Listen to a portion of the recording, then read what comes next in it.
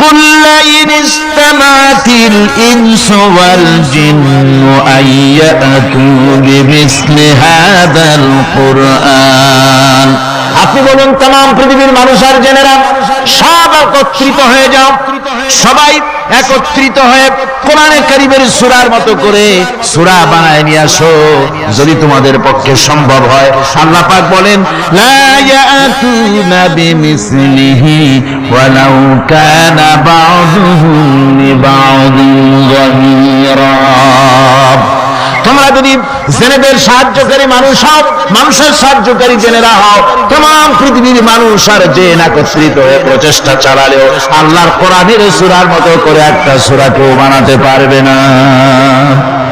পারবে? পেরেছে কেউ?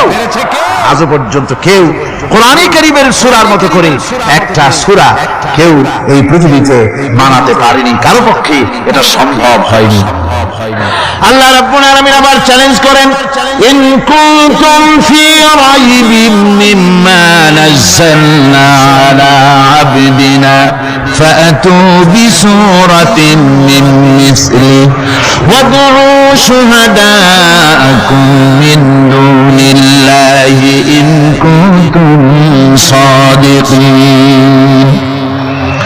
আমি আমার বান্দার উপরে যে কিতাব অবতীর্ণ করেছি এর ভিতরে সন্দেহ আছে বলে যদি মনে করো এর ভিতরে সন্দেহ আছে মানুষের বানানো, এমনটি যদি সন্দেহ হয় তাহলে কোরআনের সূরার মতো করে একটা সূরা বানাও, ছোট্ট একটি সূরা বানাও। ফাতু বিসূরাতিন, সূরা আলে ইমরানের মতো না, সূরা আরাফের মতো না, সূরা মায়েদার মতো না, ফাতু বিসূরাতিন, ছোট্ট একটি সূরার মতো করে একটা সূরা বানাও। কিয়ামত হয়ে যাবে, মানুষ কোরআনে কারীমের মতো একটি ছোট্ট সূরাও বানাইতে পারবে না। সুবহানাল্লাহ, সুবহানাল্লাহ। আমার ভাইয়েরা, এই কোরআন আল্লাহ রব্বুল আলামিনের পক্ষ থেকে নাজিল হলো। কোরআন মানুষের চিরটা কাল ধরে, আবহমান কাল ধরে মানুষের মনকে আকৃষ্ট করেছে। কোরআনে কারীমের এর ভাষা, এর লালিত্য, এর মাধুর্য, এর রচনা শৈলী এবং এর গতিময় ছন্দ, এর শব্দ বিন্যাস মানুষকে মুগ্ধ করেছে চিরকাল ধরে। আল্লাহর নবী বলেন এই কোরআন যখন আমি তেলাওয়াত করতেছিলাম একটা রাত্রে, যে রাতে আমার তেলাওয়াতের সামনে ছিল জেনেরা যখন আমার কাছ থেকে তেলাওয়াত শুনলো, ইসমিআতু হাত্তা ক্বালু ইন্না সামি'না কুরআনান আজাবা। আমার মুখ থেকে যারা যখন তেলাওয়াত শুনলো জেনেরা তখন এই কথা না বলে পারে নাই, আমরা এক আশ্চর্য ধরনের কিতাব শুনেছি। জোরে বলেন সুবহানাল্লাহ। ইন্না সামি'না কুরআনান আজাবা, এক আশ্চর্য ধরনের কোরআন শুনেছি। বলতেছে সেই সব জেনেরা যাদের বয়স 1000 বছর, 1500, 2000 বছর, 500 বছর, যারা জাবুর শুনেছে, ইনজিল শুনেছে, তাওরীত শুনেছে, সেসব জেনেরা বলছে ইন্না সামি'না কুরআনান আজাবা, আশ্চর্য কিতাব, আশ্চর্য কিতাব শুনছে। এমন এক কিতাব ইয়াহদি ইলা রুশদ, যে কিতাব শুনলে পরে শ্রোতাকে হেদায়েতের রাস্তা দেখায় দেয়, এমন এক কিতাব শুনলাম। আর এই কিতাব শোনা মাত্র ফামান্না বিহি, কোরআন শুনলাম আর ঈমান আনলাম। নবীজি বলেন জেনেরা আমার মুখে তেলাওয়াত শুনে পড়ে নিল লা ইলাহা ইল্লাল্লাহু মুহাম্মাদুর রাসূলুল্লাহ।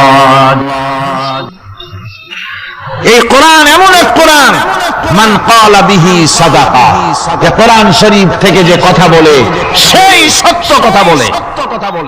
কোরআন থেকে যে কথা বলে সে কি বলে?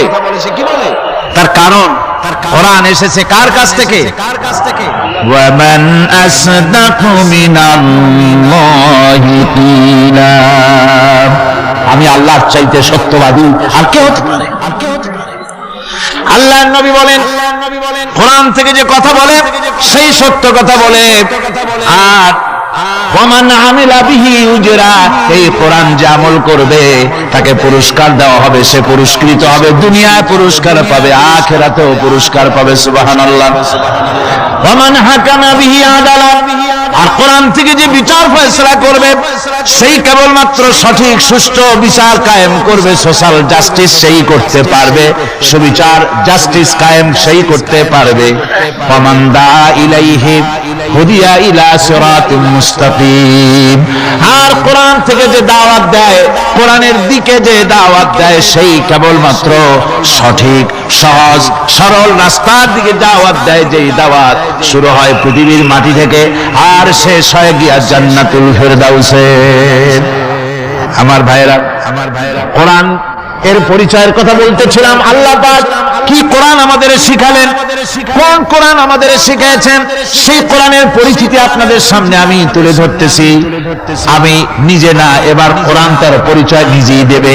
কেউ যদি কোরআনের কাছে জিজ্ঞাসা করে, কোরআন তুমি কোথা থেকে নাজিল হয়েছ, কে তোমাকে নাজিল করেছে, এই প্রশ্ন যদি কেউ কোরআনের কাছে করে, কোরআন নিজেই তার জবাব দিতে পারে কিনা?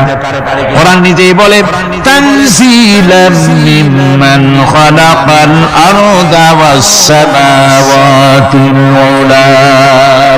এই কোরআন নাজিল করেছেন তিনি, যিনি ওই সুউচ্চ আকাশ আর জমিনকে যিনি সৃষ্টি করেছেন, সেই আল্লাহ আমারে নাজিল করেছেন। কোরআনের কাছে কেউ যদি প্রশ্ন করে, ও কোরআন, এই পৃথিবীতে নাজিল হওয়ার আগে তুমি কোথায় ছিলে, কেউ যদি প্রশ্ন করে, কোরআনে কারীম নিজে নিজের পরিচয় শোনায়, আমি কোথায় ছিলাম শোনো। বাল হুয়া কুরআনুম মাজিদুন ফি লাউহিন মাহফুজ। বরং এই কিতাব অতীব মর্যাদা সম্পন্ন সুরক্ষিত ফলকে লিপিবদ্ধ ছিল, আমি ছিলাম লৌহে মাহফুজে, সেখান থেকে এসেছে। যদি কেউ প্রশ্ন করে, কোরআন কি, কোরআন তুমি কার উপরে অবতীর্ণ হয়েছ, জবাব কোরআন নিজেই দেয়, ওয়া আমিনু বিমা নুজিলা আলা মুহাম্মাদ ওয়া হুয়াল হাক্কু মির রাব্বিহিম। ঈমান আনো সেই জিনিসের উপরে যেটা মুহাম্মদ সাল্লাল্লাহু আলাইহি ওয়াসাল্লামের উপর অবতীর্ণ হয়েছে। আবার অন্য আয়াতেও জবাব পাওয়া যায়, তাবারাকাল্লাযী নাযালাল ফুরকানা আলা আবদিহি লিয়াকুনা লিল আলামিনা নাযীরা। অতীব বরকতপূর্ণ মহান সত্য সেই আল্লাহ রাব্বুল আলামিন, যিনি তার বান্দার পরে ফুরকান অবতীর্ণ করেছেন। সুবহানাল্লাহ বিহামদি। কোরআনের নাম আমি বলেছিলাম শুধু কোরআন নয়, অনেক নাম আছে। কোরআনের আরেক নাম ফুরকান। কোরআনের আরেক নাম কি? আল ফারকু বাইনাল হাক্কি ওয়াল বাতিল। কোরআন হচ্ছে সেই মহাসত্য যা মিথ্যা এবং সত্যের মধ্যে পার্থক্য সূচিত করে, মঙ্গল এবং অমঙ্গলের মধ্যে পার্থক্য সৃষ্টি করে, যা সত্য এবং মিথ্যার মধ্যে তাফরীকা সৃষ্টি করে, সত্যকে মানুষকে বুঝিয়ে দেয়। তার নাম হচ্ছে ফুরকান। এবার যদি প্রশ্ন করা হয়, ও কোরআন, বুঝলাম তুমি লৌহে মাহফুজে ছিলে, বুঝলাম তুমি নবীজির উপরে নাজিল হয়েছো, এবার বলো তুমি কোন মাসে নাজিল হয়েছো, তুমি তো আসছিলা প্রথম, কোন মাসে নাজিল হয়েছো? এ প্রশ্ন যদি কেউ করে, কোরআন তার জবাবে বলবে, শাহরু রমাদানাল্লাযী উনজিলা ফীহিল কুরআন। রমজানের পবিত্র মাসে আমি অবতীর্ণ হয়েছি। সুবহানাল্লাহ। যদি প্রশ্ন করা হয়, রমজানে তো আসছো, কিন্তু প্রথম নাজিল হয়েছিল কোন সময়, ওটা কি দিন ছিল না রাত ছিল? কোরআন তার জবাবে বলে, ইন্না আনজালনাহু ফী লাইলাতিল কদর। কদরের পবিত্র রাতে আমি এই পৃথিবীতে আমার আগমন ঘটেছিল। যদি প্রশ্ন করা হয়, বুঝলাম সবই, কেন নাজিল হয়েছে তুমি, এই পৃথিবীর তোমার আসার উদ্দেশ্য কি, মূল কাজটা কি, এই প্রশ্ন যদি করা হয়, কোরআনে কারীম তার জবাবে বলে, শোনো কেন এসেছি। লিতুখরিজান নাসা মিনাজ যুলুমাতি ইলান নূর। আমার মিশন হচ্ছে গোটা বিশ্ব মানবতাকে পুঞ্জীভূত জমাট বাঁধা অন্ধকারের ভেতর থেকে টেনে বের করে আলোর সন্ধান দিতে, আলোর দিকে আনার জন্য আমি কোরআন নাজিল হয়েছি। গোটা পৃথিবীর মানুষ আছে অন্ধকারের ভিতরে। কিসের মধ্যে? অন্ধকার কি? অন্ধকার হচ্ছে পুঁজিবাদ, অন্ধকার সমাজতন্ত্র, অন্ধকার ধর্ম নিরপেক্ষতাবাদ, অন্ধকার জাতীয়তাবাদ, মানুষের তৈরি করা যত মতবাদ সব কি? জোরে কোন, সবগুলি কি? অন্ধকার।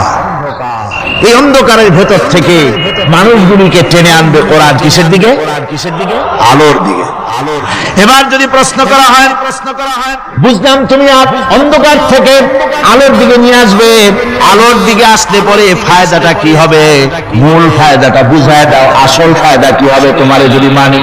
কোরআন তার জবাব দেয়, নিজের পরিচয় নিজে তুলে ধরে, ফামান তাবিআ হুদায়া ফালা খাউফুন আলাইহিম ওয়ালা হুম ইয়াহজানুন। এই কোরআনকে যদি মেনে চলো, এই কোরআনের আইন যদি মানো, সমাজে মানো, ব্যক্তিতে মানো, পরিবারে মানে, রাষ্ট্রে মানো, জীবনের সব ক্ষেত্রে সমস্ত জায়গায় যদি এই কোরআনকে মেনে চলো, ফালা খাউফুন আলাইহিম, তাহলে তোমাদের কোনো ভয় থাকবে না, ওয়ালা হুম ইয়াহজানুন, কোনো চিন্তাও থাকবে না। কিসের ভয় থাকবে না?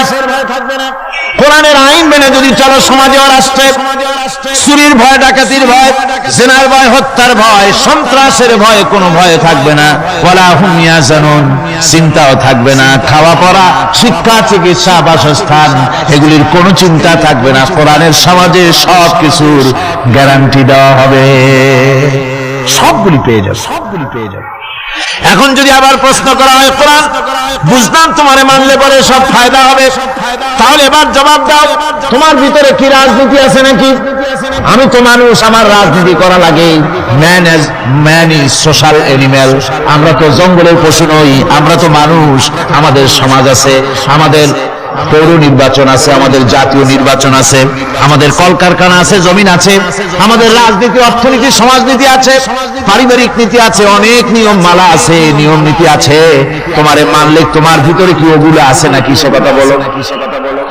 কোরআন তার জবাবে বলে, ওয়ানাজ্জালনা আলাইকাল কিতাবা তিবয়ানান লিকুল্লি শাই ওয়া হুদান ওয়া রাহমাতান ওয়া বুশরা লিল মুসলিমিন।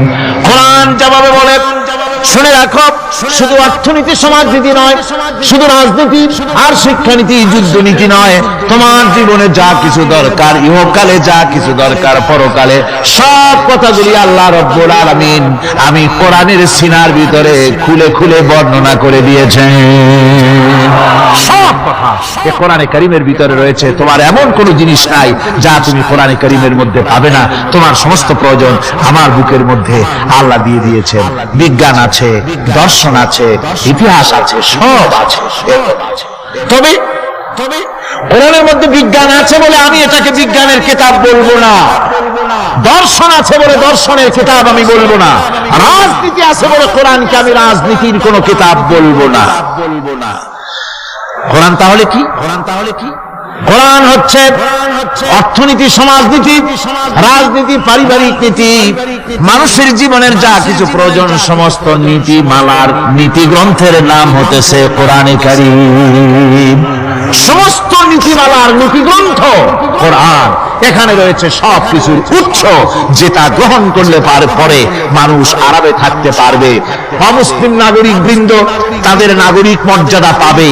মুসলমান, কৃষক, নারী, চিকিৎসা, কৃষিবিদ, সাধারণ মানুষ, রং, বর্ণ, ভাষা নির্বিশেষে গোটা মানব সভ্যতা আরামে বাস করতে পারবে। পশু পাখিও আরামে থাকবে, গাছপালাও আরামে থাকবে।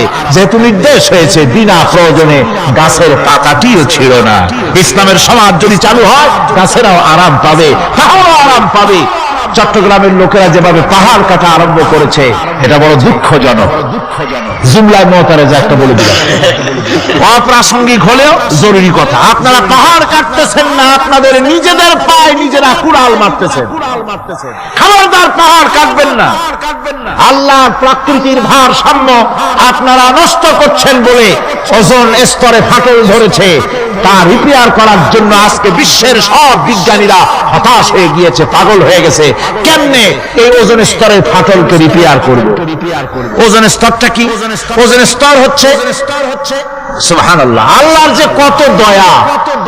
সূর্য, সেই সূর্যের রয়েছে আলট্রা ভায়োলেট রে, যাকে বাংলায় বলা হয় অতি বেগুনি রশ্মি। যে রশ্মিটা সৃষ্টি জগতে যদি আসে আর তা যদি কোনো প্রাণীর শরীরকে টাচ করে, তাহলে সমস্ত প্রাণী ক্যান্সার হয়ে, এক্সিমা হয়ে, বিখাউস হয়ে, অ্যাজমা হয়ে সমস্ত প্রাণী মরে যাবে, কেউ বাঁচবে না। মারাত্মক রশ্মি, সেই রশ্মিটা যাতে সৃষ্টি জগৎকে টাচ করতে না পারে সেজন্য আল্লাহ পাক একটা ওজোন স্তর তৈরি করেছেন, ওখানে এসে ওটা বাধাপ্রাপ্ত হয়, পৃথিবীর মাটিতে আসে না। যা কিছু পৃথিবীর মানুষের জন্য, পৃথিবীর জন্য কল্যাণকর, সেগুলি সূর্য থেকে আসতে থাকে। সুবহানাল্লাহ। যেটা ক্ষতিকর সেটা আল্লাহ পাক আটকায় রাখে। এখন সেই ওজোন স্তরে ফাটল ধরলো। কেমনে ফাটল ধরলো? ফাটল আপনি আমি ধরাইছি। আপনি বলবেন যেটা কেমন কথা, আমি তো ওইখানে যাই নাই, আমি ফাটল ধরাইলাম কেমনে? ওই যে সেই আপনার প্রাইমারি স্কুলে ভিজিট করতে গিয়েছিলেন ইন্সপেক্টর, তারপরে প্রাইমারি হাই স্কুল ভিজিট করতে গেছে, যায় জিজ্ঞেস করছে ছেলেরা কি পড়ছে? বলে ইতিহাস। ঠিক আছে, ইতিহাস থেকেই প্রশ্ন করবো, বলতো চীনের প্রাচীর কে ভেঙেছে? ছেলেরা জবাব দিচ্ছে, তুমি বলো, তুমি বলো। কেউ বলছে না। বেঞ্চের কোনা যে ছেলেটি, সে বলছে সর্বনাশ, কেউ যখন স্বীকার করে না, এটা তো আমার মাথায় আসবে। সব শেষ ইন্সপেক্টর তাকে বলছে তুমি বলো তো, কে ভেঙেছে চীনের প্রাচীর? হয় স্যার, গ্রামে আমার দুষ্টমির যথেষ্ট বদনাম আছে, কিন্তু চীনের প্রাচীর ভাঙার মতো দুষ্কর্ম আমি করি নাই।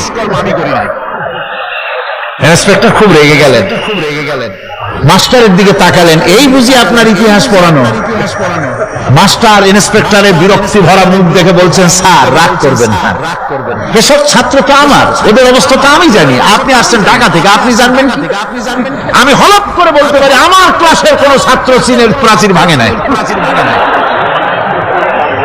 ইন্সপেক্টর রাগ হইয়া চলে গেছে হেডমাস্টারের রুমে। যায় বলছে যে আমি আপনার স্কুলের গ্রান্টকে আমি নাকচ করে দেবো, মঞ্জুরি আমি ক্যান্সেল করে দেবো। কেন? এই অবস্থা। হেডমাস্টার বলছে স্যার রাগ করবেন, আপনার জন্য কিছু টাকা পয়সাও রাখছি হাদিয়া, বড় একটা চর্বিযুক্ত খাসিও জবাও করা হয়েছে, পুকুর থেকে রুই মাছ তোলা হয়েছে।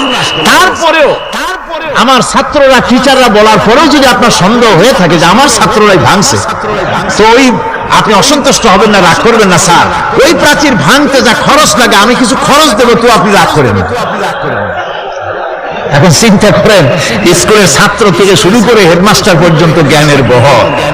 তো বলতেছিলাম আপনি আমি ওজন স্তরে ফাটল ধরিয়েছি, তার অর্থ এই নয় যে আপনারা গিয়ে ওখানে কুড়াল মারি ওটারে ভাঙছেন। তাহলে ওটা কি হয়েছে? কোরআনে কারীমে রব্বুল আলামিন বলেন, ওয়ামা আসাবাকুম মিন মুসিবাতিন ফাবিমা কাসাবাত আইদিকুম ওয়া ইয়াফু আন কাসীর। যত বিপদ তোমাদের উপর আরোপিত হয়, সমস্ত বিপদ তোমাদের দুই হাতের কামাই করা। কে বলছেন? আল্লাহ পাক।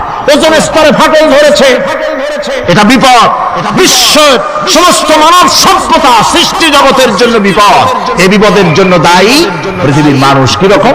সেটা হচ্ছে গাড়ির পেছন থেকে যে কালো ধোঁয়া বের হয়, কল কারখানার চিমনি থেকে যে কালো ধোঁয়া বের হয়, এই কালো ধোঁয়াগুলি, তারপরে সমস্ত কেমিক্যাল উইপেন সেগুলি যে টেস্ট করা হয়, তার রিয়াকশন ইত্যাদি, এই কালো ধোঁয়া এবং সমস্ত মারণাস্ত্রগুলি এক্সপেরিমেন্ট করার সমস্ত এই রিয়াকশনগুলি সবগুলি গিয়ে ওই ওজন স্তরে ফাটল ধরিয়ে দিয়েছে। আস্তে করে পাতলা হয়ে এটা ফেটে গিয়েছে, অতি বেগুনি রশ্মি আসা শুরু করেছে।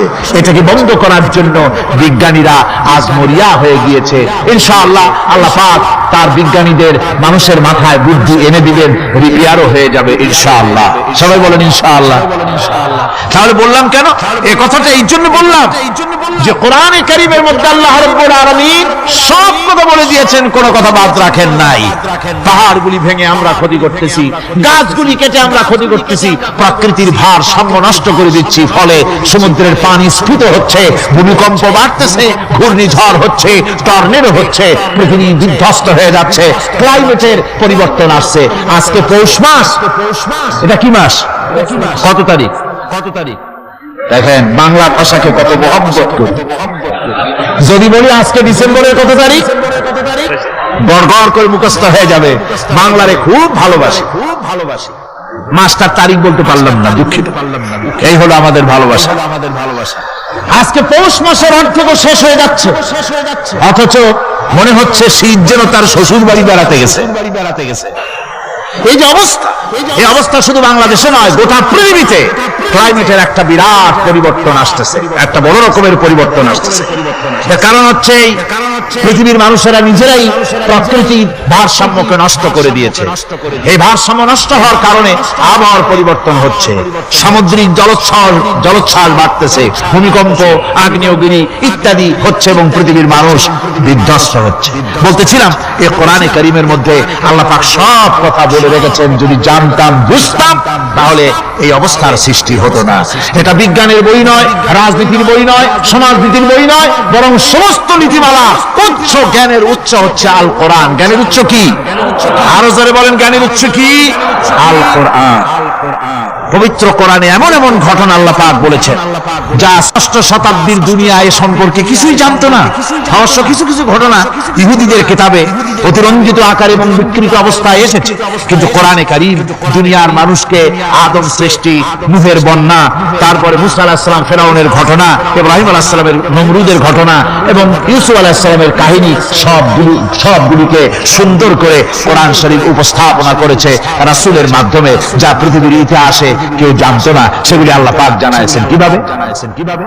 কোরআনে কারীম বলছে, তিলকা মিন আম্বাইল গায়বি নুহিহা ইলাইকা মা কুনতা তা'লামুহা আনতা ওয়ালা কওমুকা মিন ক্বাবলি হাদা। এ হলো সব অজ্ঞাত ঘটনা।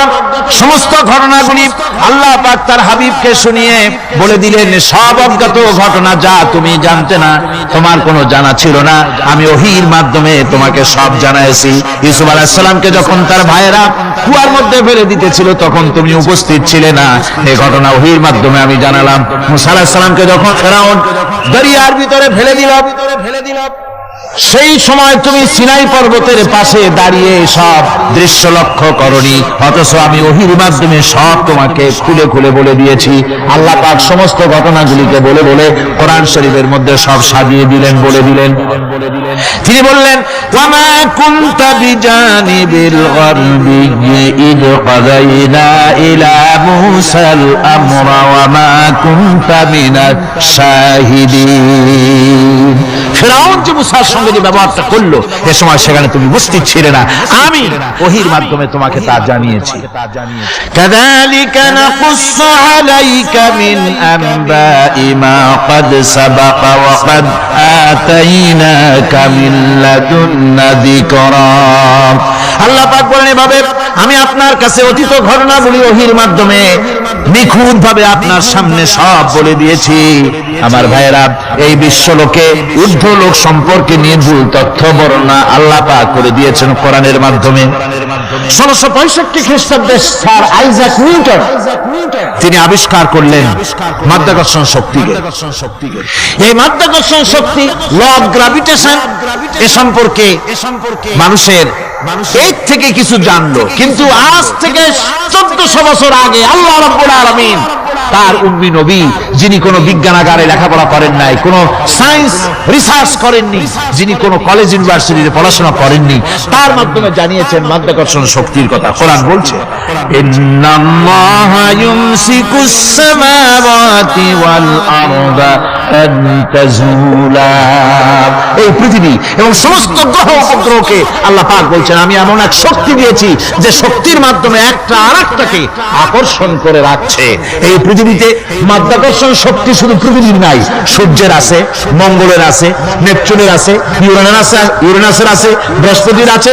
প্রত্যেকটি গ্রহের আলাদা আলাদা মাধ্যাকর্ষণ শক্তি আছে, আর এই শক্তির বলে একটা আরেকটাকে টেনে ধরছে, যাতে করে বিচ্ছিন্ন হয়ে না যায়, যাতে করে ধ্বংসপ্রাপ্ত না হয়। এগুলি আল্লাহ পাক এই তথ্যগুলি কোরআনে কারীমের মধ্যে বলেছেন। ফলে মরিস বুকাইলির মতো লোক, যিনি ফরাসি দার্শনিক, তিনি বলেছেন দুনিয়ার সমস্ত বিজ্ঞানীদের থিওরি হচ্ছে এই, যে বিজ্ঞানের কোনো থিওরি ফাইনাল নয়। আজ একটা হচ্ছে, কাল সেটাকে পরিবর্তন করে নতুন আরেক থিওরি আসতেছে। কিন্তু কোরআনে কারীমের মধ্যে আমি কে বলতেছেন কথা? না না না, মরিস বুকাইলি বলছে কোরআন শরীফের ভিতরে আমি যে বিজ্ঞানের তথ্য পেয়েছি, থিওরি পেয়েছি, তার কোনো পরিবর্তন আজও হয় নাই, ভবিষ্যতেও হওয়ার কোনো সম্ভাবনা নাই। মরিস বুকাইলি মনে করেছিলেন বেদ আর বাইবেলে যেমন ভুল আছে, কোরআন শরীফে ওই রকম ভুল আছে, নাউজুবিল্লাহ।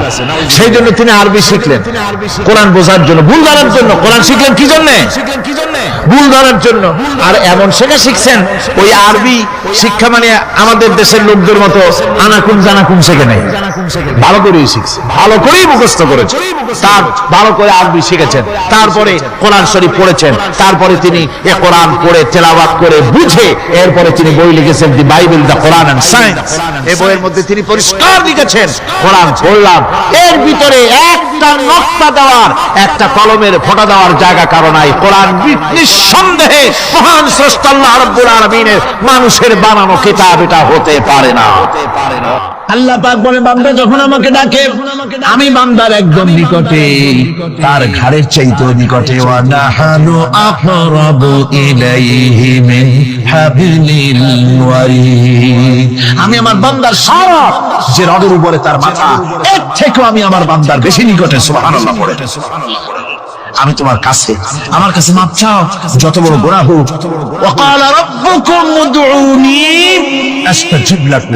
তোমার প্রভু তোমাকে ডেকে বলেছে আমাকে ডাকো, আমি মাফ করে দেব। সুবহানাল্লাহ। কত বড় কথা, আমাকে ডাকো, নিরাশ হয়ো না, হতাশ হয়ো না। আল্লাহর গজব বেশি না রহমত বেশি? আল্লাহর রহমত বেশি। হাদিসে কুদসির ভিতরে এসেছে, আল্লাহ পাক বলেছেন কোন বান্দা যদি আমার দিকে এক বিগত অগ্রসর হয়, আমার রহমত তার দিকে এক হাত এগিয়ে যায়। কোন বান্দা যদি আমার দিকে হেঁটে আসে, আমার রহমত তার দিকে দৌড়ে যায়। বান্দা যখন আল্লাহর দরবারে দুহাত উঁচু করে চোখের পানি ফেলে দেয়, মুসলিম শরীফের হাদিসের ভিতরে এসেছে গভীর রাত্রে, রাতের তৃতীয় অংশে আল্লাহ রাব্বুল আলামিন প্রথম আকাশে আসেন আর ডেকে বলেন, পৃথিবীতে আছো নাকি কেউ গুনাহ করে জীবন বরবাদ করে দিয়েছো, আমার কাছে মাফ চাও। ঋণগ্রস্ত আছো, অসুস্থ আছো, অপমানিত আছো, কে আছো মাজলুম, আমাকে ডাকো, আমার কাছে বলো, আমি ডাকে সারা জীবনের আশা পূরণ করে দেব।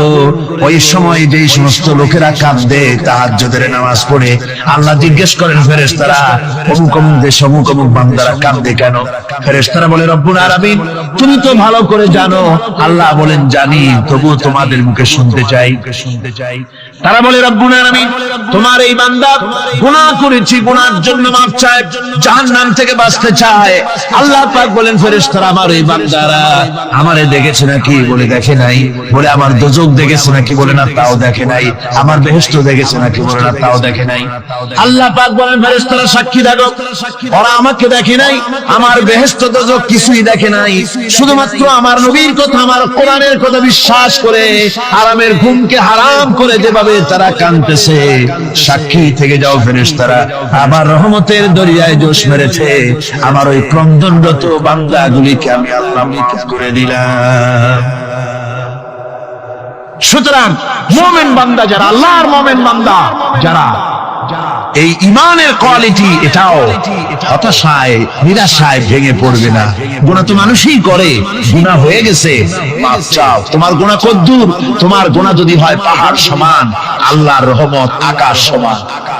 জাহান্নামের কঠিন শাস্তি থেকে বাঁচতে হলে আল্লাহর প্রতি ঈমান আনতে হবে। আর ঈমান আনলে যে কোয়ালিটি গুলি হওয়া উচিত, সেগুলি আমি আপনাদের সামনে আলোচনা করছি। এরপর আরেকটি কোয়ালিটি হবে মুমিনের, তা হলো কঠোর কঠিন বিপদে অবিচল থাকবে, বিপদে ভেঙে পড়বে না।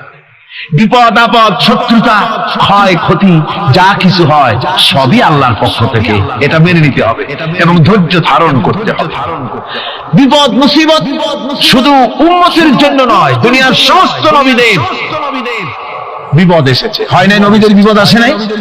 কোরআনে কারীম থেকে শুনুন, আল্লাহ রাব্বুল আলামিন বলেন, ওয়া কাযালিকা জাআলনা লিকুল্লি নাবিয়্যিন আদুওয়ান মিনাল মুজরিমিন।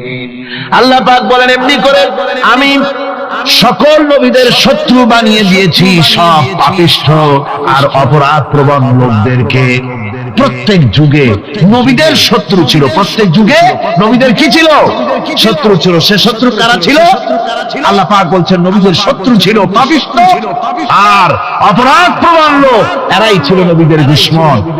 রাসূলগণের অবস্থা যদি এই হয়, তাহলে তার উম্মত, ওই দিনের ধারক বাহক যারা, তাদের বুঝি বিপদ আপদ হবে না নাকি? হবে কিনা? তো ইসলামের বিরোধিতা যারা করে, কোরআনের পরিভাষায় বলা হয়েছে ইসলামের দুশমন, নবীদের দুশমন, দুনিয়ার সব পাপিষ্ঠ আর অপরাধ প্রবণ লোকেরাই ইসলামের দুশমন হয়, নবীদের দুশমন হয়। আজও দেখেন, আজও তাকিয়ে দেখেন, ইসলামী আন্দোলনের বিরোধিতা যারা করে তারা পাপিষ্ঠ চরিত্রের কিনা তাকায় দেখেন, খুঁজে দেখেন, সর্বত্র খুঁজে দেখুন যারা ইসলামী আন্দোলনের বিরোধিতা করে, যারা ইসলামকে মিটিয়ে দেওয়ার চেষ্টা করতেছে, যারা ইসলামকে মৌলবাদ বলে, ইসলামকে সাম্প্রদায়িক বলে, কোরআনে কারীমের কথা কত স্পষ্ট যে নবীদের দুশমন হয়, ইসলামের দুশমন হয় মুজরিম লোকেরা, অপরাধ প্রবণ আর পাপিষ্ঠ লোকেরা। আজও আমরা দেখতে পাই এই শ্রেণীর লোকেরা পাপিষ্ঠ এবং সবচাইতে সমাজের নিকৃষ্ট ধরনের চরিত্রহীন লোক। নামাজ নাই। আপনি খুঁজে দেখেন ইসলামী আন্দোলনের বিরোধিতা যারা করছে, যারা নেতৃত্ব দিচ্ছে, নামাজ নাই, রোজা নাই, চরিত্র নাই, হজ নাই, যাকাত নাই, মদ, জুয়া, জেনা, ব্যভিচার ইত্যাদিতে লিপ্ত। চেহারা দেখলে ছেলেপেলেরা 2 গ্লাস পানি খায় ভরসা। কথা ঠিক কিনা কর? এই হলো অবস্থা। মারে কেন? মুমিনদেরকে, পয়গম্বরদেরকে, সাহাবীদেরকে এবং ঈমানদারদেরকে মারে কেন? তার কারণ হচ্ছে আল্লাহ রাব্বুল আলামিন বলেছেন, ওয়া মা নাকামু মিনহুম ইল্লা আইয়ুমিনু বিল্লাহিল আজিজিল হামিম। কাফিররা ঈমানদার লোকদেরকে অন্য কোন অপরাধী নির্যাতন চালায় না, নির্যাতন চালায় শুধু এই কারণে যেহেতু মুমিন লোকেরা পরাক্রমশালী, আল্লাহ রাব্বুল আলামিনের দ্বীনকে কায়েম করতে চায়, তার উপরে ঈমান এনেছে, এই কারণেই তারা মারে। ঠিক কিনা কর? যুগে যুগে নবীদের উপরে, সাহাবীদের উপরে যে অত্যাচার হয়েছে, সেই অত্যাচার এই কারণেই হয়েছে, অন্য কোনো কারণে নয়।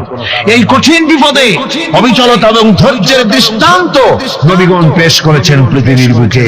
আমরা দেখেছি ইব্রাহিম আলাইহিস সালামকে আগুনে ফালানো হয়েছে, আছে না কোরআন শরীফে? আমি কিন্তু গল্প করতেছি না, সব কোরআনের কথা। কিসের কথা? ইব্রাহিম আলাইহিস সালামকে আগুনে ফালানো হচ্ছে। অপরাধ কি? অপরাধ হচ্ছে হযরত ইব্রাহিম আলাইহিস সালাম দাওয়াত দিয়েছেন, লা ইলাহা ইল্লাল্লাহ। জোরে পড়েন, লা ইলাহা ইল্লাল্লাহ, লা ইলাহা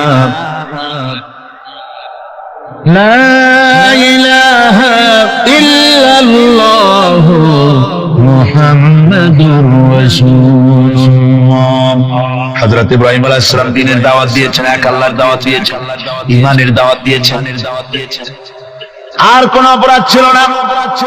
নমরুদ সহ্য করতে পারল না। কোরআনে কারীমের মধ্যে সব কথাগুলি আল্লাহ পাক এই জন্য বিধৃত করেছেন, এই জন্য কোরআনে কারীমের মধ্যে সব কথা উঠায় দিয়েছেন, যাতে করে মুমিনেরা বিপদ আসলে পরে যেন ঘাবড়ে না যায়। ইব্রাহিম আলাইহিস সালামকে আগুনে ফেলানো হচ্ছে। ফেরেশতা বলছে, ইব্রাহিম তোমারে আগুনে ফেলায় দাও, হতেছে আমার কাছে সাহায্য চাও, আমার কাছে ক্ষমতা আছে, আগুনগুলো উঠায় নমরুদের বংশ জ্বালায় দেব।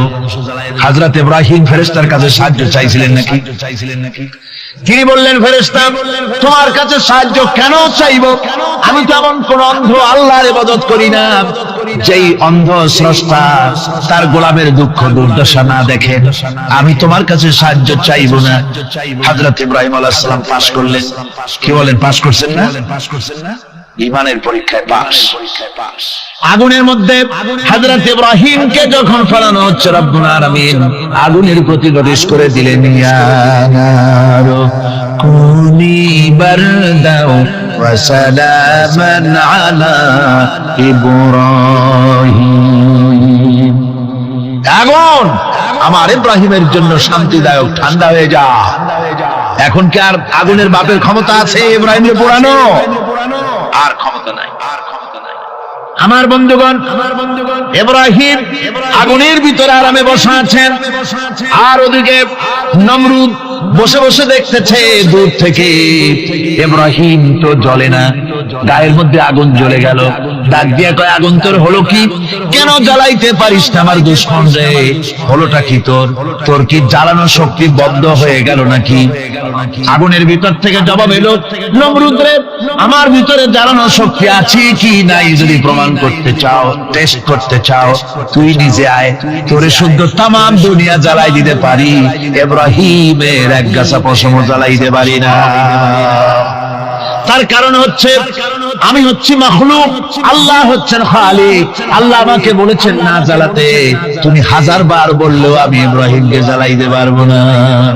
কোরআনে কারিমে ঘটনা বলে মুমিনদেরকে সাহস দেওয়া হচ্ছে, মুমিনেরা দ্বীনের কাজ করতে গিয়ে বিপদ আবাজ আসবে, ঈমানের দাবি হলো বিপদ আসবে, আর বিপদ আসলে ঘাবড়ায় যেও না, মুসিবতে পড়ে চিন্তায় পেরেশানে হয়রান হয়ে যেও না। বিশ্বকবি আল্লামা ইকবাল কি সুন্দর করে বলেছেন, আজ ভি হো জু বিরাহিম কা ইমা पैदा आप कर सकती है एक अंदाज गुलिस्तान पैदा। ইব্রাহিমের ঈমান যদি আজিও কোথাও হয় বিদ্যমান, করতে পারেন অগ্নিকুণ্ডে খুবসুরত এক গুলিস্তান। আজ যদি আগুনের ভিতরে কোন নমরুদ কোন ইব্রাহিমকে যদি ফেলে দেয়, আল্লাহ রাব্বুল আলামিন আজও আগুনকে ফুলের বাগান বানায়া দিবেন। সুবহানাল্লাহ। ভয় পাওয়ার কারণ নাই, চিন্তা করার কোনো কারণ নাই। আমার বন্ধুগণ, হযরতে হুদ আলাইহিস সালামকে যখন সমাজের লোকেরা, রাষ্ট্রের লোকেরা ঘিরে ফেলে দিল, সমাজ শক্তি, রাষ্ট্র শক্তি যখন তাকে ঘিরে ফেলে দিল, ষড়যন্ত্রের পাহাড় তুলে দিল, তারে মেরে ফেলে দিবে, হযরত হুদ দেশ থেকে তা পালায় গেলেন না, ভয় পেলেন না। হযরতে হুদ আলাইহিস সালাম বললেন, কোরআনে কারীমে হযরত হুদের কথা কোট করা হলো, ফাকিদুনি জামিআন সুম্মা লা তুনজিরুন। সম্মিলিতভাবে ষড়যন্ত্র করো আমার বিরুদ্ধে, সবাই মিলে ষড়যন্ত্র করো, সুম্মা লা তুনজিরুন, আর আমাকে এতটুকু অবকাশ তোমরা দিও না। ইন্নী তাওয়াক্কালতু আলাল্লাহি রাব্বি ওয়া রাব্বিকুম, আমি ভরসা করেছি সেই আল্লাহর উপরে, যার কুদরতি হাতের ভেতরে, যিনি আমাদের রব তোমাদেরও রব, আর যার কুদরতি হাতের ভিতরে তামাম পৃথিবীর জানগুলি যার হাতে, সে আল্লাহর উপরে ভরসা করেছি। ষড়যন্ত্র যদ্দূর আছে করতে থাকো, আমি ষড়যন্ত্র পরোয়া করি না। সুবহানাল্লাহ। এটাই হলো মুমিনের কোয়ালিটি। শুধু ঈমান, লা ইলাহা ইল্লাল্লাহ মুহাম্মাদুর রাসূলুল্লাহ, গরুর গোশত খাই, আর রবিউল মাস আসতে পরে ইয়া নবী সালাম আলাইকা, ইয়া রাসূল সালাম আলাইকা, তারপরে গরম গরম জিলাপি আর রসগোল্লা খাইলাম খুব বেশি খাইয়া, এর নাম মুমিন নয়। মুমিন হচ্ছে তার চলায় ফেরায়, ওঠায় বসায় সাহসিকতার এক আন্দাজ তৈরি হবে সে। আমার ভাইয়েরা, বিপদে অবিচলতা আমাদেরকে পয়গম্বরেরা শিক্ষা দান করেছেন। আমরা দেখতে পেয়েছি বিশ্বনবী জনাবে মুহাম্মদুর রাসূলুল্লাহ সাল্লাল্লাহু আলাইহি ওয়াসাল্লাম হিজরতের রাত, কাফেররা চতুর্দিকে দাঁড়ানো, হযরত জিবরাইল এসে বলেন, ইয়া রাসূলুল্লাহ, কাফেররা চতুর্দিকে ঘিরে দাঁড়িয়েছে, গভীর রাত, এখন হাতে তাদের তরবারি, সকাল হলে পরেই তারা আপনাকে মেরে ফেলে দিবে, তাড়াতাড়ি ওঠেন, মদিনার দিকে চলে যান। আল্লাহ নবী ঘুমের থেকে জেগে হযরত আলীকে ডেকে বলেন, আলী, আল্লাহ অর্ডার করেছেন আমি মদিনায় চললাম, আমার বিছানার পরে আমার চাদর গায়ে দিয়ে শুয়ে থাকো। হযরত আলী বলেন, আল্লাহর হাবিব, আপনার চাদর গায়ে দিয়ে ঘুমিয়ে থাকবো, সকালবেলায় কাফির বেঈমানেরা আপনার বিছানার পরে আপনার চাদর গায়ে দেওয়া অবস্থায় আমি আলীকে তারা মুহাম্মদ মনে করবে, আর আমি আলীকে নবী মনে করে তারা তাদের তরবারি দিয়া কেটে কেটে টুকরা টুকরা করে আমারে বিদায় করে দেবে দুনিয়া থেকে। এতটুকু পরোয়া করি না, বরং আমার দিলের মধ্যে এটাই তৃপ্তি থাকবে যে আমি আলীর জীবনের বিনিময় আল্লাহর হাবিব দুনিয়ায় বেঁচে আছে। যে ব্যক্তি বিদ্রোহ করেছে, এবং দুনিয়ার জীবনকে অগ্রাধিকার দিয়েছে, তার জায়গা হচ্ছে জাহান্নাম। জোরে বলেন নাউজুবিল্লাহ। যে ব্যক্তি আল্লাহর সঙ্গে বিদ্রোহ করেছে আর পরকালের জন্য পাথর জোগাড় করে নাই, দুনিয়াকে অগ্রাধিকার দিল, পরকালকে ভুলে গেল, তার জায়গা হলো জাহান্নাম। ওয়া আম্মা মান খাফা মাকামা রাব্বিহি ওয়া নাহান নাফসা আনিল হাওয়া ফাইন্নাল জান্নাতা হিয়াল মাওয়া। আর যে ব্যক্তি আপন প্রভুর সামনে উপস্থিত হকে ভয় করেছে এবং আপন প্রবৃত্তিকে লালসা মুক্ত করেছে, লালসার হাত থেকে রক্ষা করেছে, আল্লাহ রাব্বুল আলামিন কিয়ামতের দিন তার জন্য রেখে দিয়েছেন জান্নাত। তার জন্য কোন জায়গা? আমাদেরকে পরকাল ভিত্তিক জীবন যাপন যদি করি তাহলে কবরের জবাবগুলি খুব আসান হবে। আর যদি পরকাল ভিত্তিক জীবন যাপন না হয়, কবরটা মুসিবত হয়ে যাবে। হযরত ওসমান রাদিয়াল্লাহু তাআলা আনহু কবরের কাছে গিয়ে খুব কাঁদতেন। সাহাবায়ে কেরাম প্রশ্ন করেছেন, হুজুর, রাসূল করিম সাল্লাল্লাহু আলাইহি ওয়াসাল্লাম যখন জান্নাত ও জাহান্নামের ওয়াজ করেন, কখনো তো এত বেশি আপনি কাঁদেন না, যত বেশি কাঁদেন কবরের কাছে এসে। কারণ হযরত ওসমান রাদিয়াল্লাহু তাআলা আনহু বলতেন, আমার সাথীরা, আমি আমার হাবিবের কাছে, আল্লাহ রাব্বুল আলামিনের রাসূলের কাছে আমি শুনেছি এই কবরটাই হলো প্রথম স্টেশন, এই কবরটাই হলো প্রথম ইমিগ্রেশন কাউন্টার। এই জায়গায় যদি কেউ ধরা পড়ে যায়, কারো যদি চার্জশিট হয়ে যায়, সব জায়গায় ধরা পড়ে যাবে, হাসরে মিজানে সিরাতে কোনো জায়গায় নাজাত পাবে না।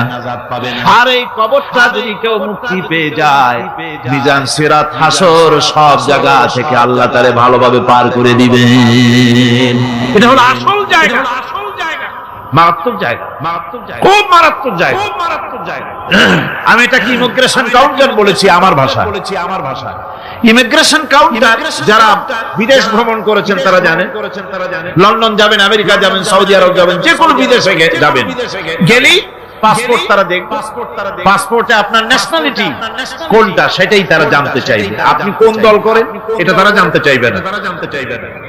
আপনি কোন ভাষায় কথা বলেন তাও তাদের জানার দরকার নেই। প্রথমেই তারা আপনার ন্যাশনালিটি দেখবে, আপনার আইডেন্টিটি কি তারা জানতে চাইবে।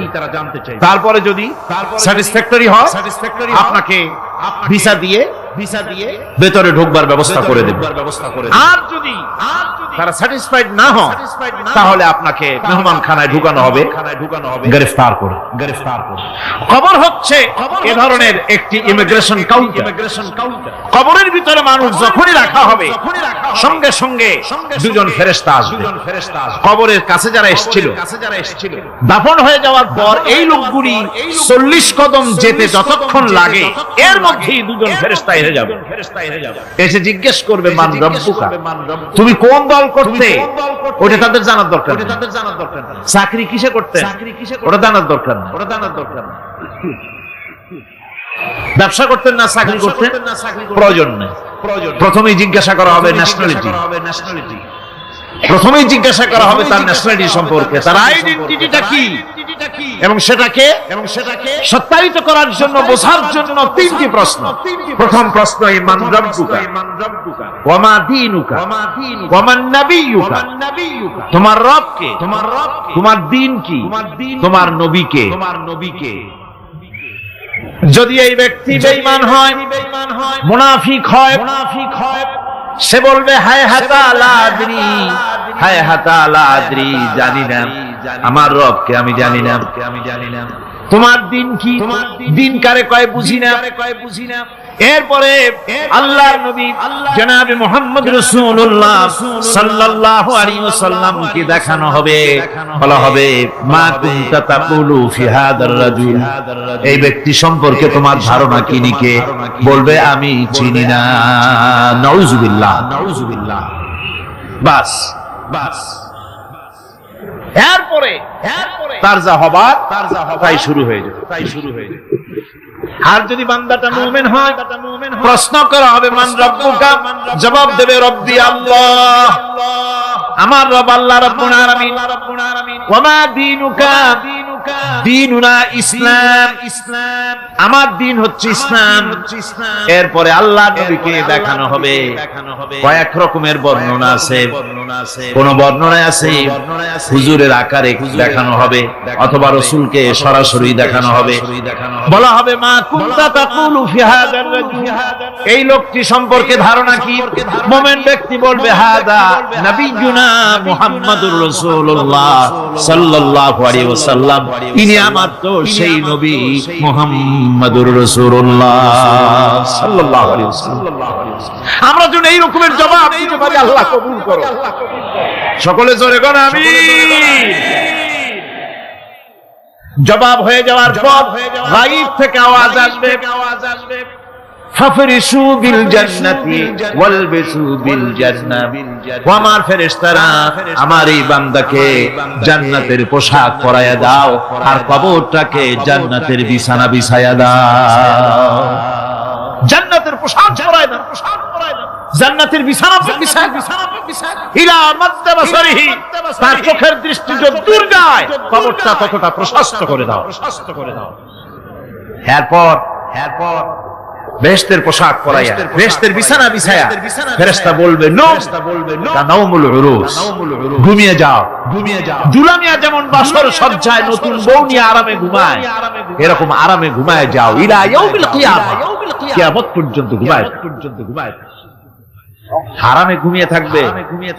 এরপরে সিংগায় ফুৎকার হবে, সিংগার ফুৎকারের আওয়াজে তার ঘুম ভেঙে যাবে। বলবে ইয়া ওয়াইলানা মাম্মাতানা মিন মারকাদিনা, হায় আফসোস, আমার এত আরামের ঘুম থেকে কে আমাকে জাগ্রত করলো, আমার ঘুমটারে নষ্ট করলো কে? আওয়াজ আসবে হাযা মা ওয়াদার রহমান ওয়া সাদাকাল মুরসালুন, এটা হচ্ছে রহমানের সেই ওয়াদা। আর মুরসালিনরা নবীরা সত্য কথাই বলেছিলেন, সেই কিয়ামত অনুষ্ঠিত হচ্ছে। আমার বন্ধুগণ, সেজন্য এই দুনিয়ার মোহে পড়ে থাকলে পরে দুনিয়ায় যারা অগ্রাধিকার দিবে দুনিয়াকে পরকালের তুলনায়, জবাব দিতে পারবে না কবরের ভিতরে গিয়া। আর যারা পরকালকে অগ্রাধিকার দিবে, দুনিয়ার চাইতে পরকালকে বেশি অগ্রাধিকার দেবে, আর আল্লাহর ভয় কলিজার ভিতরে রাখবে, কবরের জবাব সঠিকভাবে দিতে পারবে, কিয়ামতের দিন আল্লাহ রাব্বুল আলামিন তাদের জন্য জান্নাত দান করবেন। জোরে বলেন আমিন। দুনিয়াটা হচ্ছে দুনিয়া যেখানে আমরা আছি। আমি আগেই বলেছি দুনিয়া হচ্ছে আজনা শব্দ থেকে এর উৎপত্তি হয়েছে। তুচ্ছ, নিকৃষ্ট, এটার দাম নাই, এটার মূল্য নাই। হযরত ইবনে কাইয়্যিম রাহিমাহুল্লাহ নওয়ারাল্লাহু মারকাদাহু ওয়া জাআলাল জান্নাতা মাসওয়াহু, হযরত ইবনে কাইয়্যিম তিনি বলছেন, সুন্দর করে বলছেন, দুনিয়া আসলে বলছেন, মা মাদা ফিদ দুনিয়া আহলামুন ওয়া মা বাকিয়া মিনহা আমানি ওয়াল ওয়াক্তু বাইনাহুমা দাইউন। মা মাদা ফিদ দুনিয়া আহলামুন, জীবনের যে অংশ ফেলে এসেছি সেটা আজ একটা স্বপ্ন। ওয়া মা বাকিয়া মিনহা আমানি, আর জীবনের যে অংশ সামনে বাকি আছে সেটা এখন একটা আকাঙ্ক্ষা। ওয়াল ওয়াক্তু বাইনাহুমা দাইউন, আর এর মাঝখান থেকে সময় সব চলে যাচ্ছে। কত বড় কথা চিন্তা করেছেন? জীবনের যে অংশ ফেলে এসেছি তা আজকে স্বপ্ন। তা কি বলেন? স্বপ্ন।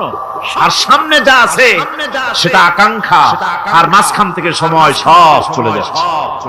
এরপরে তিনি বলছেন ওয়ামাইয়া সাহাবিদ দুনিয়া ইয়াকুন মিসলা কাবিদিন আলাল মাই খালাতুহু ফুরুজুল আসাবিঈ।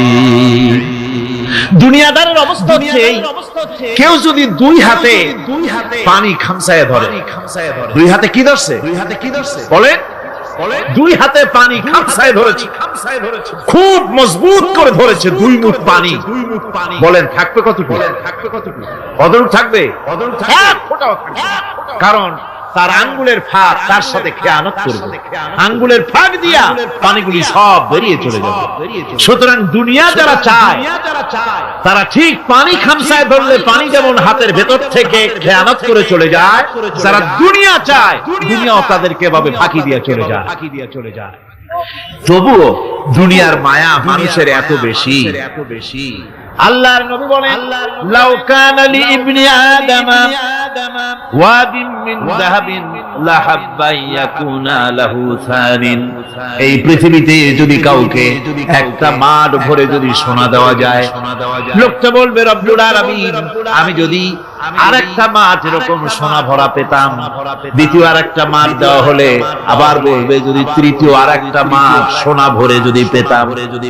নবীজি বলেন, ওয়ালা ইয়ামলাউ জাওফু ইবনু আদামা ইল্লা তুরাব। মানুষের পেট 3.5 হাত মাটি ছাড়া, কবরের মাটি ছাড়া মানুষের পেট ভরবে না। আরো চাই, চাওয়ার কোনো শেষ নাই। মানুষ এভাবে করে দুনিয়ার মহব্বতে এমনি পাগল হয়ে যায়, শুধু দুনিয়ার মহব্বত, পরকালকে বেমালুম ভুলে যায়। আমি কিন্তু এই কথা বুঝাতে চাই নাই যে পরকালের মহব্বতে, পরকালের ভয়তে বা পরকালের জন্য দুনিয়া আপনি বাজার ঘাট বেচা কিনা ব্যবসা বাণিজ্য সবকিছু ভুলে যান না, তা নয়। ভুল বোঝার কোনো কারণ নাই। পরকালকে অগ্রাধিকার দিতে হবে, মানে দুনিয়াটা চিরস্থায়ী জায়গা নয়। চিরস্থায়ী হচ্ছে কোনটা? আখিরাত। চিল্লায় এখন কোনটা? সুতরাং এখানে যা করতে হবে, আখিরাতের জবাবদিহিমূলক জীবন যাপন করতে হবে। আপনি ব্যবসা করবেন, ওজনে কম দিতে পারবেন না, আপনি খাদ্যে ভেজাল দিতে পারবেন না, চুরি করতে পারবেন না, ডাকাতি করতে পারবেন না, জেনা করতে পারবেন না, বদমাশি করতে পারবেন না, মদ খেতে পারবেন না, সন্ত্রাসী হতে পারবেন না, হাইজ্যাকার হতে পারবেন না, চাঁদাবাজ হতে পারবেন না, মুনাফাখোর হতে পারবেন না, আপনি চোরা কারবারি হতে পারবেন না, ঘুষখোর হতে পারবেন না, সুদখোর হতে পারবেন না। এই সব কাজ পরকালকে বিশ্বাস করলেই এ সমস্ত কাজ থেকে মানুষ বিরত থাকতে পারে। কথা ঠিক কিনা? এটাই হচ্ছে সুতরাং এই পৃথিবী থাকবে না, এটা কি চিরকাল থাকবে না? এর একটা পরিসমাপ্তি ঘটবে। যেমন করে সারা বছর লেখাপড়া করার পর কলেজে, বিশ্ববিদ্যালয়ে, মাদ্রাসায়, হাই স্কুলে, সব জায়গায় সারা বছর লেখাপড়া করার পর যেমন পরীক্ষা দেওয়ার একটা দিন আসে, সারা বছর ব্যবসা করার পর হিসাব নিকাশ করার যেমন একটা সময় আসে, সারা মাস চাকরি করার পর বেতন পাওয়ার যেমন একটা দিন আসে, সারা জীবন চাকরি করার পর পেনশন পাওয়ার যেমন একটা সময় আসে, অনুরূপ ভাবে এই দুনিয়া যেদিন শেষ হয়ে যাবে, আল্লাহ নির্ধারিত সময় শেষ হয়ে যাওয়ার পর একটা সময় আসবে যখন আল্লাহ রাব্বুল আলামিন সব শেষ করে দিবেন, লন্ডভন্ড হয়ে যাবে, কিছু থাকবে না। কোরআনে কারিমে আল্লাহ সব বলেছেন, কোরআনে সব আল্লাহ বলে দিয়েছেন। আল্লাহ পাক বলেন এই পৃথিবীর সব কেমন ভাবে ধ্বংস হবে তার চিত্র আল্লাহ পাক কোরআনে কারিমে তুলে ধরেছেন। ইদাস সামাউ ফাতারাত ওয়া ইদাল কাওয়াকিবু তাসারাত ওয়া ইদাল বিহারু ফুজ্জিরাত ওয়া ইদাল কুবুরু বু'সিরাত। যখন আকাশ সমূহ দীর্ঘ বিদীর্ণ হয়ে যাবে, তারকাগুলি বিক্ষিপ্ত হয়ে ছিটকে পড়বে, আর সমুদ্রগুলি উচ্ছ্বসিত হয়ে পড়বে, কবরগুলি সব তার ভেতরে যা আছে উদ্গীরণ করে দেবে, তারকাগুলি স্থিমিত হয়ে যাবে। এরপরে সমস্ত আকাশগুলি সিজিল্লিল কুতুব, কিতাবের পৃষ্ঠার মতো একটার পরে একটা ঠাস ঠাস করে পড়ছে, চূর্ণ বিচূর্ণ হয়ে ভেঙে চুরে একাকার হয়ে যাবে।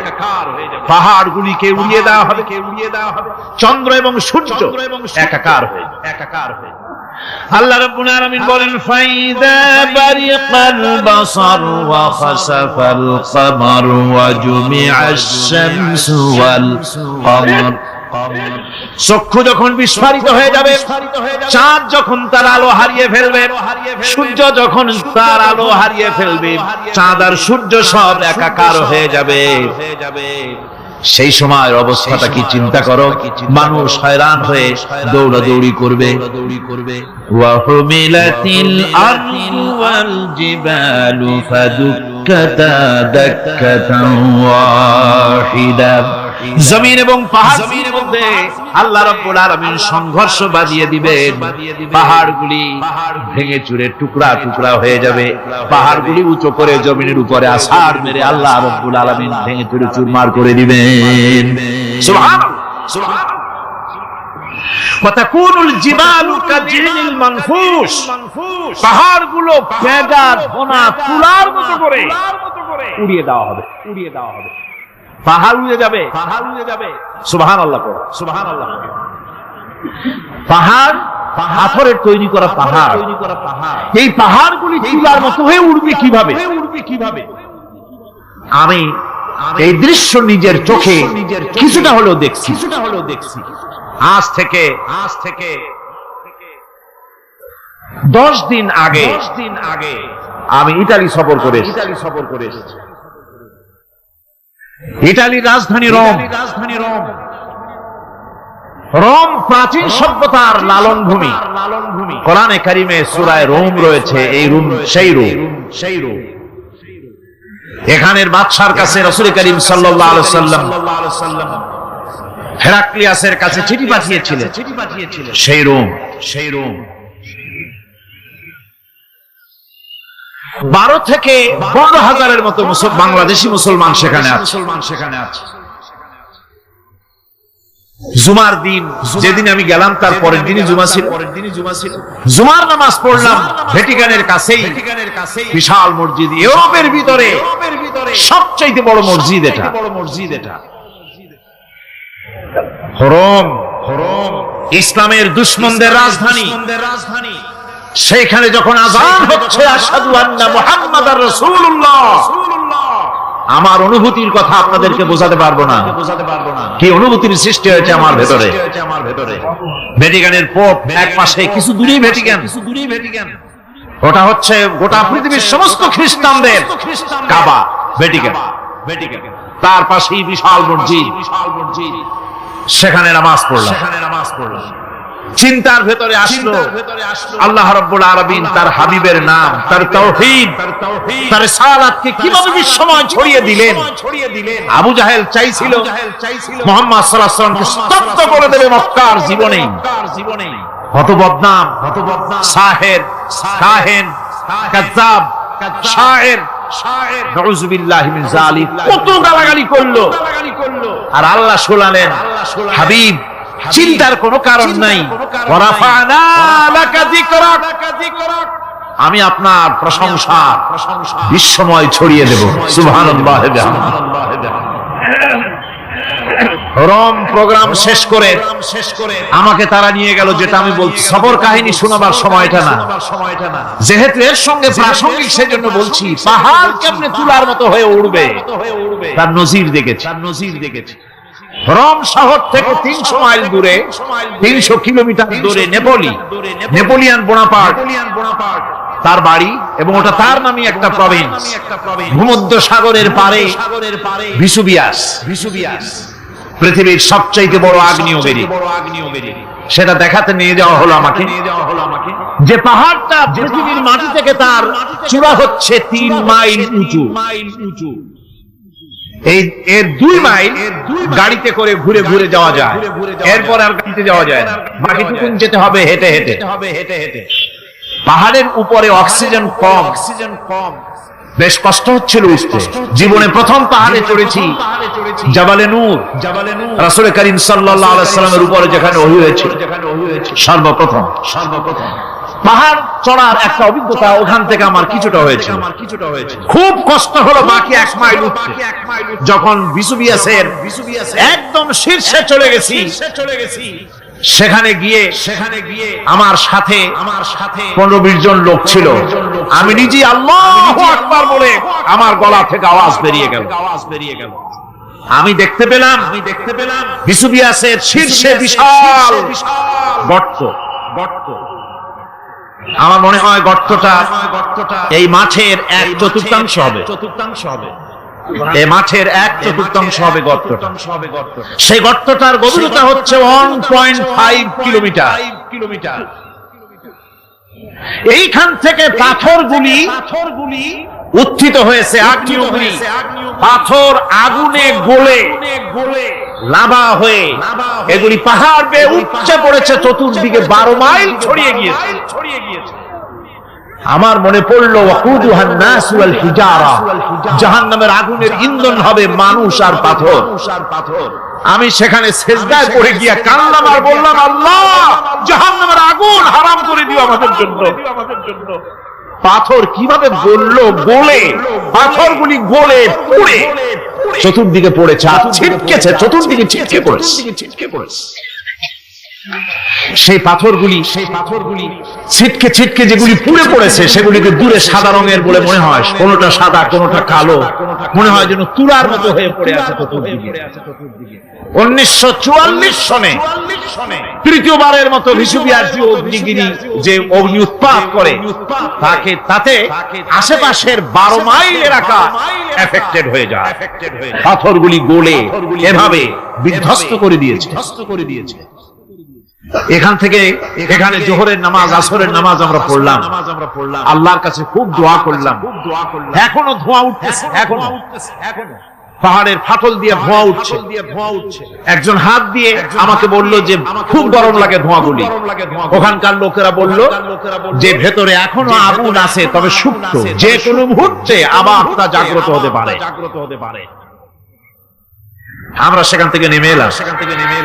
একটু কিছু দূর গিয়েই সেখানে হলো পম্পেই শহর।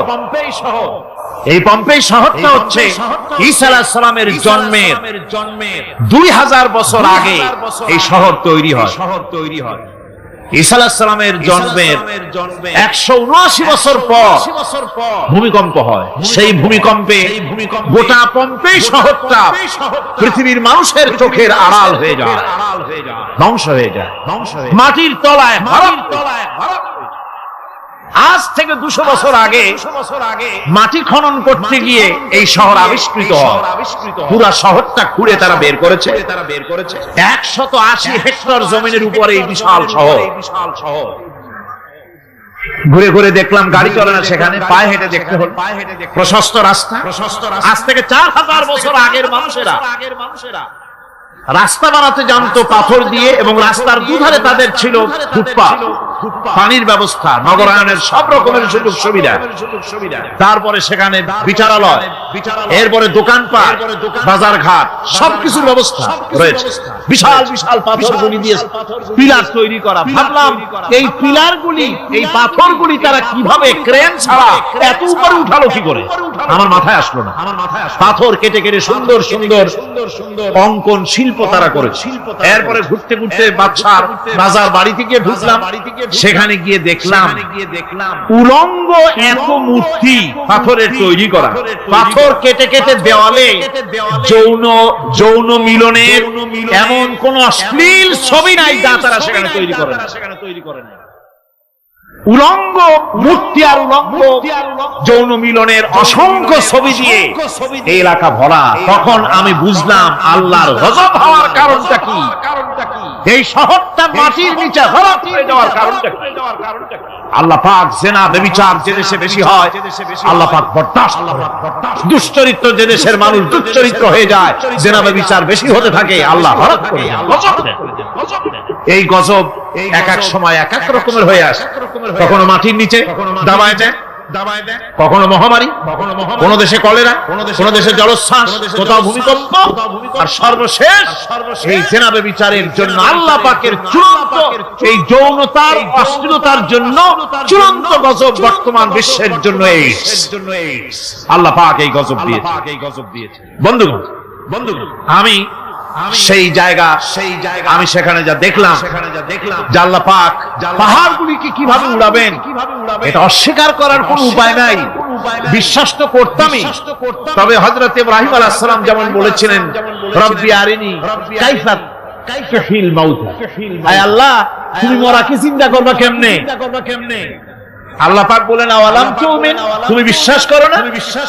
ইব্রাহিম আলাইহিস সালাম বললেন বালা, অবশ্যই বিশ্বাস করি, ওয়ালাকিন লিয়াতমাইন্না কলবি, যদি চোখে দেখতাম তাহলে আমার অন্তরাত্মা খুব ঠান্ডা হতো।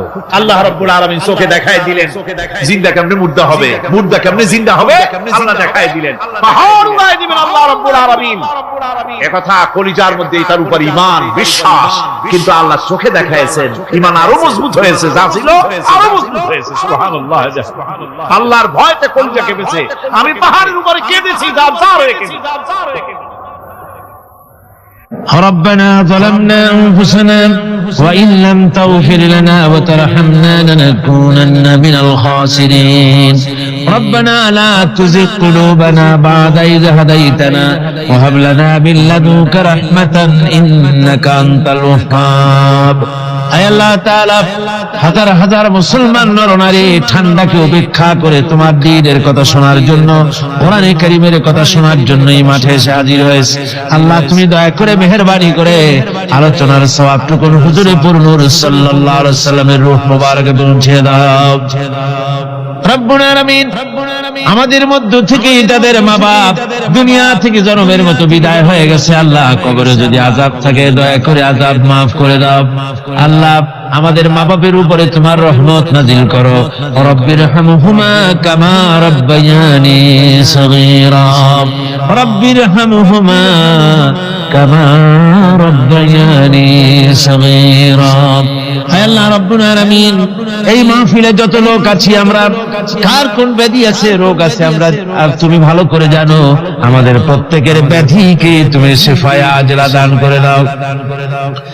اللهم حبب إلينا الإيمان وزينه في قلوبنا وكره إلينا الكفر والفسوق والعصيان واجعلنا من الراشدين ربنا تقبل منا إنك أنت السميع العليم وتب علينا إنك أنت التواب الرحيم سبحان ربك رب العزة عما يصفون وسلام على المرسلين الحمد لله رب العالمين واجعل آخر كلمتنا عند الموت لا إله إلا الله محمد رسول الله